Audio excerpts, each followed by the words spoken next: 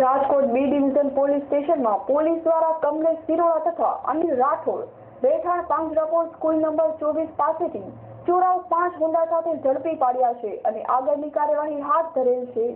આ ઘટનાની બાતમી ડી સ્ટાફના પીએસઆઈ એમસી મારો, મહેશ વાળાભાઈ અને નિશાંત પરમારની બાતમીથી પકડેલ છે। પોલીસે આ ઇસમોને પકડી પૂછતાછ હાથ ધરી છે ત્યારે હજુ બીજી અનેક ચોરીના ભેદ પણ ખુલશે તેવું લાગી રહ્યું છે। અહેવાલ લલિત વ્યાસ। હું પીએસઆઈ એમસી મારું B division police station D staff. અમારા વિસ્તારમાં અને રાજકોટ સિટીમાં ઘણી જગ્યાએ વાહન ચોરીના બનાવો અવારનવાર બને છે। એ અનુસંધાને છેલ્લા 15 દિવસથી અમે લોકો સખત પેટ્રોલિંગમાં હતા અને બાતમીદારોના કોન્ટેક્ટમાં હતા કે વાહન ચોરી કરનારાઓને અમે દબોચી શકીએ।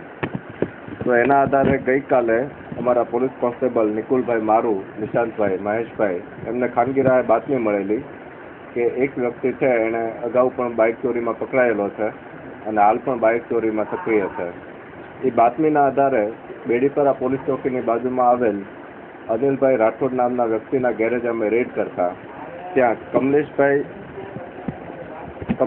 મનસુખભાઈ સિરોલા અને ગેરેજના માલિક અનિલભાઈ નાનજીભાઈ રાઠોડ એ બંને હાજર હતા અને એમની પાસે મોટરસાઇકલના અલગ અલગ સ્પેર પાર્ટ્સ હતા, ચેસીસ છે, મોટરસાઇકલના ટાયર છે, વ્હીલ છે।